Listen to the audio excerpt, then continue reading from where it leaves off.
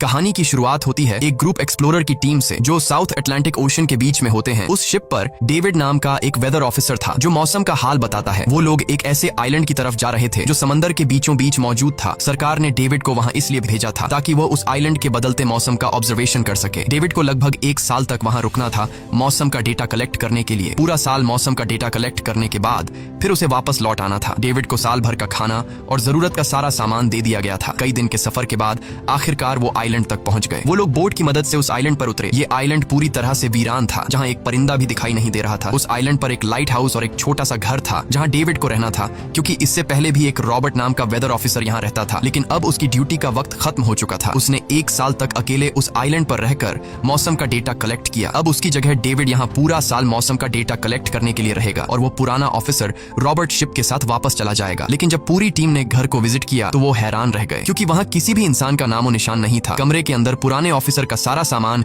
यहाँ वहाँ बिखरा पड़ा था। जिसके बाद कैप्टन और डेविड ने सोचा कि शायद लाइट हाउस में कोई हो सकता है। कैप्टन और डेविड बिना वक्त गंवाए लाइट हाउस की तरफ बढ़ते हैं और वो सब वहाँ एक अजीब नजारा देखते हैं। वो देखते हैं कि पूरा लाइट हाउस तेज और नुकीले लकड़ियों से घिरा हुआ था, जैसे किसी ने जानबूझकर उसे बंद कर दिया हो ताकि कोई भी अंदर न जा सके। जिसके बाद कैप्टन और डेविड ने लाइट हाउस का गेट कई बार नॉक किया, लेकिन अंदर से कोई रिस्पॉन्स नहीं मिला। आखिर में उन्होंने गेट को जोर से धक्का दिया और अंदर घुस गए। लाइट हाउस के अंदर उन्हें एक आदमी मिला जिसका नाम ग्रूनर था। जब उन्होंने ग्रूनर से पुराने वेदर ऑफिसर रॉबर्ट के बारे में पूछा तो उसने जवाब दिया कि वो तो मर गया है। वो समंदर की तरफ गया लेकिन दोबारा कभी लौटकर वापस नहीं आया। ग्रूनर की बातें सुनकर डेविड और कैप्टन दोनों चौंक गए। ये सब सुनने के बाद कैप्टन ने डेविड से कहा, अगर तुम अब भी चाहो तो हमारे साथ वापस चल सकते हो। लेकिन डेविड ने वापस जाने से इनकार कर दिया। डेविड ने सोचा अगर वो सरकार को उस आइलैंड का एक्यूरेट वेदर रिपोर्ट दे पाया तो उसे काफी मोटी रकम मिल सकती है। जिसके बाद कैप्टन ने उसे एक गन दी खुद की प्रोटेक्शन के लिए, और कैप्टन ने डेविड से कहा कि ये जगह मुझे सेफ नहीं दिखाई दे रही, अपना ख्याल रखना। इसके बाद उसे वहीं पर छोड़कर वो सब वापस चल दिए और अब ये दोबारा वापस 1 साल बाद आएंगे। कैप्टन के जाने के बाद डेविड ने घर को थोड़ा सेटल किया, रहने के काबिल बनाया। रात होने के बाद उसे ड्रॉर में एक डायरी मिली जो पुराने वेदर ऑफिसर रॉबर्ट की थी। उस डायरी में आइलैंड के बारे में बहुत कुछ लिखा था। डायरी में एक मिस्टीरियस क्रीचर के बारे में कुछ बातें लिखी गई थी, लेकिन सब कुछ साफ नहीं था, कुछ बातें अधूरी थी। डेविड हर लाइन को ध्यान से पढ़ता गया। उस डायरी में कुछ अजीब तरह के जानवरों के स्केचेस भी बने थे। डेविड को समझ नहीं आया उसने ऐसी पिक्चर्स क्यों बनाई थी। शायद वो अकेला था और टाइम पास के लिए ऐसा किया होगा। डायरी के एक पेज पर पुराने ऑफिसर के वाइफ की फोटो भी लगी थी। डेविड वह डायरी पढ़ते पढ़ते थक गया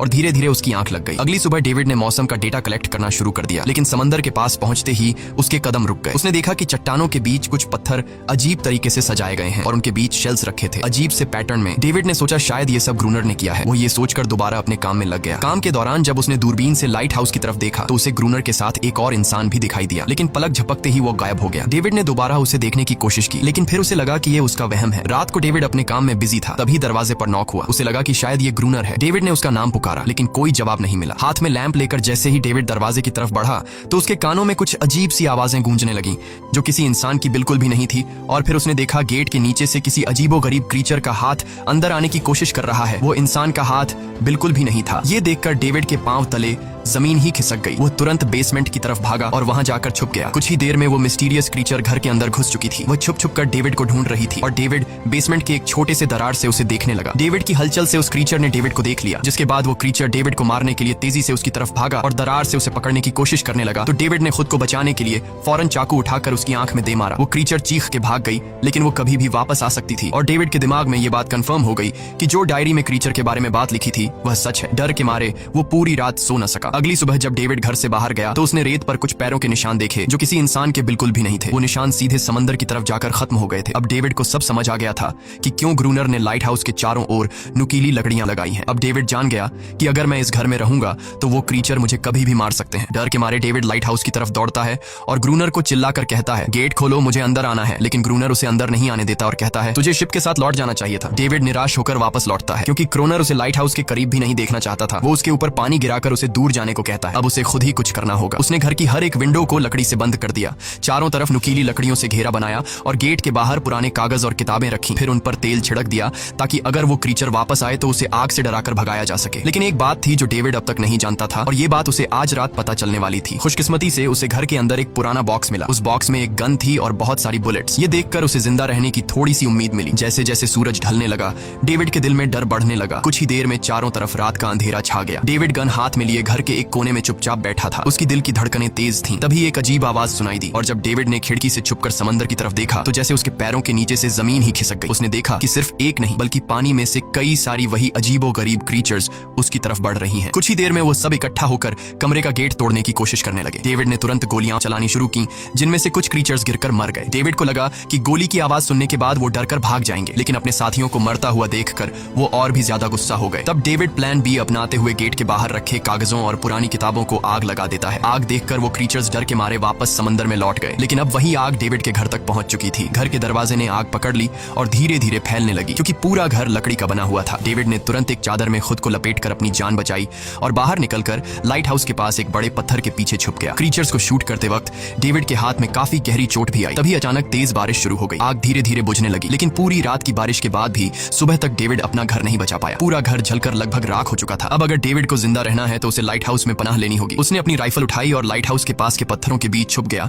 और इंतजार करने लगा कि कब ग्रूनर पानी भरने आएगा। जब ग्रूनर पानी भरने के लिए लाइट हाउस से बाहर निकला तो डेविड उसके पीछे पीछे चल दिया, लेकिन तभी अचानक एक अजीब सा क्रीचर जो ग्रूनर के पास ही था उसने डेविड पर हमला कर दिया। लेकिन किसी तरह करके डेविड ने उसे काबू कर लिया। वो क्रीचर ग्रूनर का रक्षक था। जब वह उसे शूट करने वाला था तो ग्रूनर ने तुरंत डेविड को रोका और कहा, रुक जाओ, ये मेरा पालतू है। डेविड ने गोली नहीं चलाई और मौके का फायदा उठाते हुए उसने ग्रूनर के साथ एक शर्त रखी, अगर इस क्रीचर को जिंदा रखना है तो मुझे लाइट हाउस में रहने दिया जाए, नहीं तो मैं इसे मार दूंगा। जिसके बाद ग्रूनर ने हाँ कर दी, क्योंकि डेविड के पास ढेर सारा खाना और गन पाउडर था। शाम होने से पहले दोनों बचा हुआ खाना लेकर लाइट हाउस लौट आए और वो दोनों आराम से सो गए। अगली सुबह वो क्रीचर चुपचाप डेविड का हाथ चाट रहा था। जब डेविड नींद से जागा तो उसने देखा कि इस क्रीचर के चाटने की वजह से उसका हाथ पूरी तरह से ठीक हो चुका है। ये सब देखकर डेविड हैरान हुआ। डेविड अब क्रोनर से इस क्रीचर के बारे में और जानना चाहता था और फिर ये सब दुनिया के सामने लाना चाहता था, क्योंकि ये किसी जादू से कम नहीं था। डेविड ने सोचा, अगर इस क्रीचर का राज दुनिया के सामने हम लाते हैं तो डेविड और क्रोनर दोनों बहुत सारा पैसा और नाम कमा लेंगे। लेकिन क्रोनर को ये सब नहीं चाहिए था। वो इस आइलैंड से कहीं नहीं जाना चाहता था। क्रोनर का अब इस दुनिया में कोई नहीं बचा था। उसके लिए ये आइलैंड परफेक्ट था, जहां वो अपने आप को एक किंग समझता था और अपनी मर्जी का मालिक। इसी वजह से उसने आइलैंड के कई हिस्सों में लिख दिया था, क्रोनर यहाँ का बादशाह है। लेकिन डेविड को ये समझ नहीं आ रहा था कि ये अजीब सी क्रीचर क्रोनर की फालतू कैसे बनी। तो क्रोनर ने बताया कि एक बार क्रोनर ने उसकी जान बचाई थी। वो गलती से उसके फिशिंग नेट में फंस गई थी। तब ये क्रीचर छोटी थी और उस दिन के बाद से वो क्रोनर के साथ ही रह गई। उसकी हर बात माननी शुरू कर दी। लेकिन क्रोनर एक सख्त इंसान था। वो इस क्रीचर के साथ बहुत बुरा बर्ताव करता था। क्रोनर हर दिन इस क्रीचर के साथ फिजिकल रिलेशन रखता था। क्रोनर ने बताया कि एक बार इस क्रीचर ने मुझ पर हमला भी किया था और उसके बदले में क्रोनर ने उसे ऐसी सजा दी कि उस सजा के बाद वो क्रीचर अपने आप को क्रोनर की गुलाम समझने लगी। और आप सब भी समझ गए होंगे कि हर रात वो क्रीचर समुद्र से बाहर क्यों आते हैं। वो सभी इसलिए आते हैं ताकि अपने साथी को क्रोनर से छुड़वाकर वापस ले जाए। लेकिन क्रोनर ऐसा नहीं होने देता। वो क्रीचर्स दिन के उजाले में अटैक नहीं कर सकते, क्योंकि सूरज की रोशनी उनकी स्किन जला देती है। डेविड अब यहाँ और नहीं रहना चाहता था। वो किसी तरह से आइलैंड से अपनी जान छुड़ाना चाहता था। खैर, शाम होने लगी और क्रोनर ने उससे कहा, गन लेकर रेडी हो जाओ, क्योंकि वो क्रीचर्स कभी भी हमला कर सकते हैं। वो लाइट हाउस की लाइट ऑन करने के लिए तैयार हो गए और कुछ ही देर में समुद्र से बड़ी संख्या में क्रीचर्स निकलकर बाहर आ गए। वो लाइट हाउस की तरफ बढ़ते जा रहे थे। क्रोनर उन पर लगातार फायर करता जा रहा था, लेकिन डेविड पूरी तरह से डर गया था। वो लाइट हाउस के अंदर की तरफ आने लगा। क्रोनर के बार बार कहने के बावजूद वो बस एक कोने में चुपचाप बैठा रहा और कुछ ही देर में डेविड बेहोश हो गया। क्रोनर पूरी रात अकेला इन क्रीचर्स से लड़ता रहा। अगली सुबह क्रोनर ने गुस्से में डेविड के मुंह पर पानी डालकर उसे उठाया और कहा, अगर तुम्हें जिंदा रहना है तो इनकी जान लेनी होगी, नहीं तो तुम्हें लाइट हाउस से निकाल दिया जाएगा और तुम्हें मेरी हर बात माननी होगी। रोजाना पानी भर कर लाना, लाइट हाउस के छोटे बड़े काम करना और रात को मेरे साथ गार्ड ड्यूटी भी करनी होगी। अब डेविड के पास दूसरा कोई ऑप्शन नहीं था। इसी वजह से ये सब करना उसकी मजबूरी बन गया। डेविड अब क्रोनर की हर बात मानने लगा। लेकिन एक चीज थी जो उसे बिल्कुल भी पसंद नहीं आई। वो ये थी कि हर रोज उस फीमेल क्रीचर को अलग अलग तरीकों से फिजिकली टॉर्चर करना। रात होती है, दोनों फिर से गार्ड ड्यूटी के लिए तैयार हो जाते हैं और एक बार फिर वो क्रीचर समुद्र से निकलकर बाहर आते हैं। लेकिन आज डेविड को डर नहीं लग रहा था। उसने क्रीचर पर फायरिंग शुरू की, मगर आज क्रोनर कुछ भी नहीं कर रहा था। वो डेविड को बाहर छोड़कर लाइट हाउस का गेट बंद कर देता है और खुद चुपचाप अंदर बैठ जाता है, ताकि डेविड खुद सीख सके कि इन क्रीचर्स से कैसे लड़ा जाता है। इसी तरह डेविड को लड़ते लड़ते वो रात कट जाती है और सुबह हो जाती है। सुबह क्रोनर ने देखा कि डेविड लाइट हाउस के गेट के बाहर खून में लथपथ बैठा था। अब उसने सीख लिया था कि इन क्रीचर्स से कैसे लड़ना है। इसी तरह समय गुजरता गया। रातों को इन क्रीचर्स से लड़ते हुए और दिन भर क्रोनर के लाइट हाउस के काम संभालते हुए। ये आइलैंड अब उसके लिए एक बंद घर जैसा हो गया था। वो हर वक्त सोचता रहता था कि कब ये जगह छोड़कर आजादी की सांस लेगा। समय के साथ साथ डेविड का उस फीमेल क्रीचर के साथ एक अजीब सी दोस्ती बन गई थी। डेविड को उसके लिए अब बुरा लगने लगा था। अब उसे समझ आया कि अपने लोगों को छोड़कर अकेला रहना कितना मुश्किल होता है। शायद वो क्रीचर भी कुछ ऐसा ही महसूस करती थी। डेविड ने उस क्रीचर को एक नाम भी दिया, अनारियस। इसी तरह से दिन गुजरते गए और फिर एक दिन उन्होंने देखा कि इन क्रीचर्स के अटैक्स धीरे धीरे कम हो रहे हैं। डेविड सोचता है शायद सर्दियों में वो कहीं और चले जाते हैं, या फिर शायद उन्हें समझ आ गया था कि इन दोनों से लड़कर कुछ हासिल नहीं होगा, लेकिन क्रोनर ने उससे कहा कि ऐसा बिल्कुल नहीं है, वो फिर से अटैक करेंगे, अब वो अपनी संख्या बढ़ा रहे हैं। कुछ और दिन ऐसे ही गुजर गए। एक रात डिनर के बाद क्रोनर और डेविड ने टाइम पास के लिए चेस खेलना शुरू किया, लेकिन यहीं पर क्रोनर से एक बड़ी गलती हो गई। वो दोनों खेल में इतने उलझ गए कि लाइट हाउस की लाइट्स ऑन करना ही भूल गए। अंधेरे का फायदा उठाकर क्रीचर्स ने उन पर अटैक कर दिया। डेविड ने देखा कि क्रीचर्स की संख्या इतनी ज्यादा थी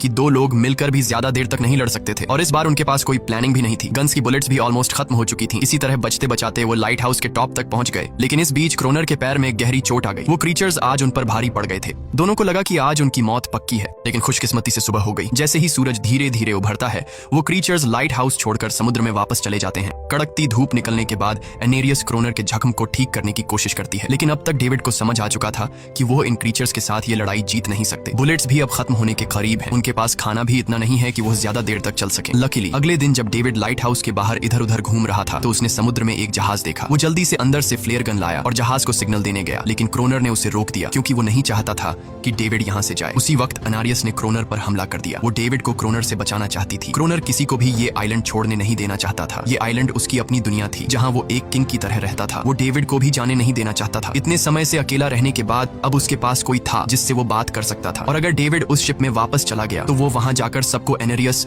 और उनके बारे में बता देगा। इसलिए अब डेविड यहाँ से नहीं जा सकता। धीरे धीरे वो शिप डेविड की आंखों के सामने समुद्र में गायब हो गई। अब उसके पास कुछ भी करने को नहीं था। कुछ और दिन ऐसे ही बीत गए। क्रोनर अब भी डेविड और अनारियस दोनों के साथ बुरा बर्ताव कर रहा था, लेकिन अनारियस को वो खास तौर पर मारता था, जो डेविड को बिल्कुल पसंद नहीं था। एक दिन डेविड ने अनारियस को एक छोटी टॉय बोट गिफ्ट में दी, जो उसने किसी मछली की हड्डी से बनाई थी। लेकिन जब अनारियस ने उस बोट को देखा तो वो डेविड को आइलैंड के एक ऐसे कोने में ले गई जहाँ सचमुच एक असली बोट रखी थी। जब डेविड ने इस बोट के बारे में क्रोनर से पूछा तो उसने कहा हाँ, उसे पहले से पता था कि आइलैंड के इस हिस्से में एक बोट है। क्रोनर कहता है कि कुछ लोग इस आइलैंड तक बोट के जरिए अपनी जान बचाने आए थे, लेकिन सुबह होने से पहले उनमें से कोई भी जिंदा नहीं बचा। सबको इन क्रीचर्स ने मार दिया। वो सब शिप में गोला बारूद ले जा रहे थे, लेकिन समुद्र में आए तूफान की वजह से उनका शिप इसी आइलैंड के पास डूब गया। ये सब सुनते ही डेविड के दिमाग में एक आइडिया आया। उनके पास एक डाइविंग सूट जैसा कुछ था। डेविड ने कहा कि अगर हम दोनों में से कोई उस सूट को पहनकर समुद्र के उस हिस्से में जाए जहां वो शिप डूबी थी, तो हो सकता है उन्हें कुछ बुलेट्स या डायनामाइट मिल जाए, जिससे इन क्रीचर्स से लड़ना आसान हो जाए। लेकिन क्रोनर ने इस बात को मानने से इनकार कर दिया, पर डेविड अपनी जान को खतरे में डालकर ये काम करने को तैयार था। कुछ और दिन ऐसे ही गुजर गए। डेविड और अनारियस के बीच एक गहरा कनेक्शन बन गया। डेविड उसे पसंद करने लगा था। इन दोनों को रोमांस करते हुए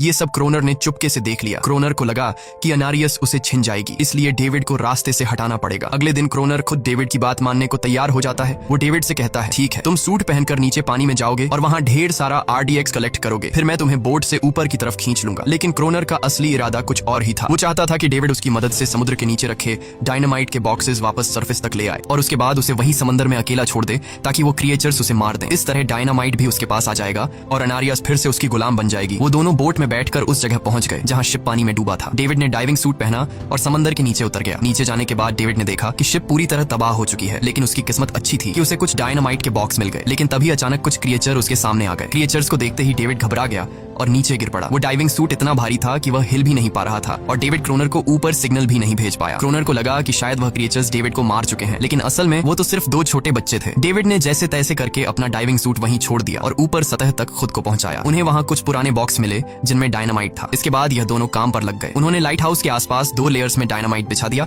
ताकि जब अगला हमला हो तो वे मॉन्स्टर्स को एक ही बार में खत्म कर सकें। कुछ महीने बीत गए और बर्फबारी का मौसम आया, लेकिन एक बार फिर वो क्रिएचर्स गायब हो गए। अचानक से अटैक बंद हो चुके थे, जैसे क्रिएचर्स को खबर मिल गई हो कि उनके लिए जाल बिछाया गया है, इसीलिए अब वो अटैक नहीं कर रहे थे। क्रोनर को लगा कि शायद अनारियस ने उन क्रीचर्स को खबरदार कर दिया है, जिसकी वजह से वो अनारियस पर जुल्म करने लगा, लेकिन डेविड ने उसे रोक लिया। आखिर में दोनों ने मिलकर एक नया प्लान बनाया, लाइट हाउस का मेन गेट खुला छोड़ने का, ताकि जैसे ही वो क्रिएचर्स पास आए डायनामाइट से उन सबको उड़ा दिया जाए। डेविड ने चालाकी से काम लेते हुए अनारियस को लाइट हाउस के टॉप पर चीखने को कहा। एनरिस की आवाज सुनते ही सभी क्रिएचर्स गुस्से से भड़क उठे। क्रिएचर्स ने जब देखा कि लाइट हाउस का मेन गेट खुला हुआ है तो उन्हें लगा कि यह अच्छा मौका है अनारियस को छुड़ाने का, लेकिन असल में यह उनके लिए एक चाल थी। कुछ ही देर में वह क्रिएचर समंदर से बाहर निकलने लगे। वे सीधे मेन गेट की तरफ बढ़े और अंदर घुसते ही डेविड पर हमला कर दिया। डेविड भी हिम्मत दिखाता है और क्रिएचर से जान छुड़ा लेता है। जैसे ही वे सभी क्रिएचर लाइट हाउस के पास पहुंच जाते हैं तो क्रोनर डायनामाइट का लीवर दबा देता है, लेकिन ब्लास्ट नहीं होता। असल में डेविड ने उसका कनेक्शन खोल दिया था और क्रोनर उसे दोबारा लगाना भूल गया था। डेविड तुरंत ऊपर भागता है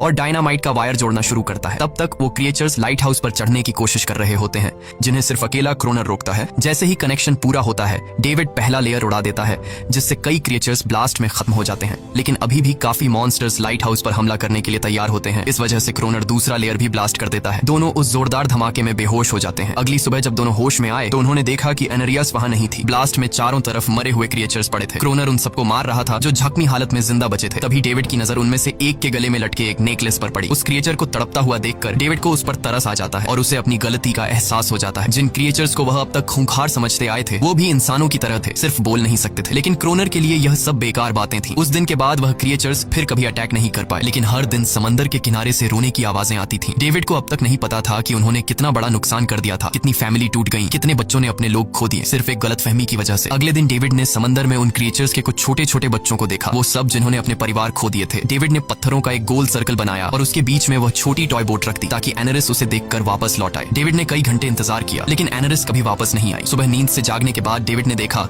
कि क्रोनर सो रहा है। क्रोनर के पास कुछ पुरानी चीजें रखी थी, उनमें एक पुरानी तस्वीर भी थी। और जैसे ही डेविड ने उस तस्वीर को देखा वह हैरान रह गया। वह लड़की जिसका फोटो उसने पहले दिन पुराने ऑफिसर रॉबर्ट की डायरी में देखा था, वह कोई और नहीं बल्कि क्रोनर की पत्नी थी। और फोटो में क्रोनर उसके साथ खड़ा था। असल में 1 साल पहले आए वेदर ऑफिसर रॉबर्ट मरा नहीं, बल्कि उसने अपनी पहचान बदल दी थी। यानी क्रोनर ही वेदर ऑफिसर रॉबर्ट है, बस उसने अपना नाम बदल लिया था क्योंकि अब वह कभी इस आइलैंड को छोड़ना नहीं चाहता था। ये सब देखकर डेविड ने भी यह उम्मीद छोड़ दी कि वह कभी इस आइलैंड से जा पाएगा। अगले दिन शाम को जब डेविड समंदर के किनारे गया, उसने देखा कि उस सर्कल में रखी छोटी बोट अब वहां नहीं थी, लेकिन उसी जगह पर उसने एक क्रीचर का छोटा सा बच्चा देखा जिसके हाथों में वह बोट थी। डेविड ने अपने हाथ में जलती हुई लकड़ी को उस सर्कल के बीच में फेंक दिया ताकि वह दिखा सके कि उसका इरादा लड़ने का नहीं है और उससे किसी को खतरा महसूस न हो। वह उनके साथ दोस्ती करना चाहता था। कुछ ही देर बाद समंदर की लहरों से एनारिस निकलती है और उसके पीछे पूरा क्रीचर्स का ग्रुप भी समंदर से बाहर आता है। लेकिन इस बार कोई भी डेविड पर अटैक नहीं करता क्योंकि वे भी अब शांति चाहते हैं। उनका इरादा सिर्फ एक सुरक्षित जगह पाने का था अपने बच्चों के लिए। लेकिन तभी वहां क्रोनर हाथ में बंदूक लिए पहुंच जाता है। क्रोनर को लगता है कि अगर शांति हो गई तो उसे सबसे ऊपर होने का एहसास कैसे होगा। डेविड उसे समझाने की कोशिश करता है कि ये क्रीचर्स लड़ना नहीं चाहते, ये शांति चाहते हैं। लेकिन क्रोनर किसी की नहीं सुनता। वो एनेरियस से चिल्लाकर कहता है अंदर चली जाओ। लेकिन यह पहली बार था कि एनेरियस ने उसकी बात नहीं मानी क्योंकि अब वह उसकी नौकरानी नहीं थी। यह देखकर क्रोनर को लगता है कि अब इस आइलैंड पर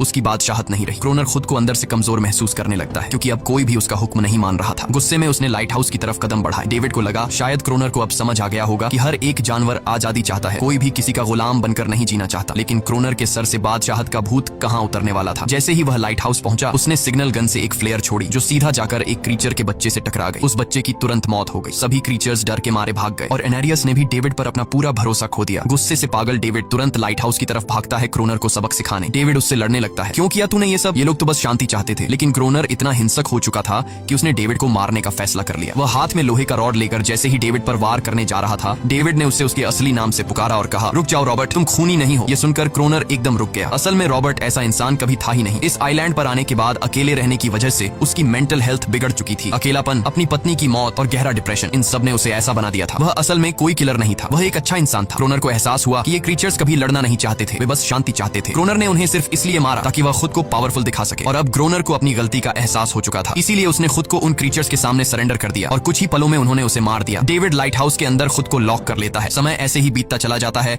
और 1 साल बाद आइलैंड पर एक गवर्नमेंट अफसर आता है, साथ में एक नया वेदर ऑफिसर भी होता है। अब नए गवर्नमेंट अफसर ने इस आइलैंड पर वेदर मॉनिटर की ड्यूटी करनी थी। जब कैप्टन पिछले अफसर के बारे में डेविड से पूछता है तो डेविड भी वही बात करता है कि वह पानी की तरफ गया था लेकिन कभी वापस नहीं आया। और वेदर ऑफिसर को भी लगता है कि डेविड ही क्रोनर है। डेविड ने भी उनकी इस गलतफहमी को ठीक नहीं किया। वह चुपचाप बालकनी पर गया और खड़ा हो गया बिना कुछ कहे, क्योंकि अब वह भी इस आइलैंड को छोड़ना नहीं चाहता था, बिल्कुल क्रोनर की तरह। इसी दौरान एनेरिस भी अपने परिवार के साथ खुश थी। अब उन्हें किसी क्रोनर जैसे आदमी का डर नहीं था। अब वे आइलैंड पर भी और समंदर में भी आजादी से जी सकते थे। इसी के साथ कहानी खत्म हो जाती है। अगर वीडियो आपको अच्छी लगी हो तो हमारे चैनल को जरूर सब्सक्राइब कीजिए।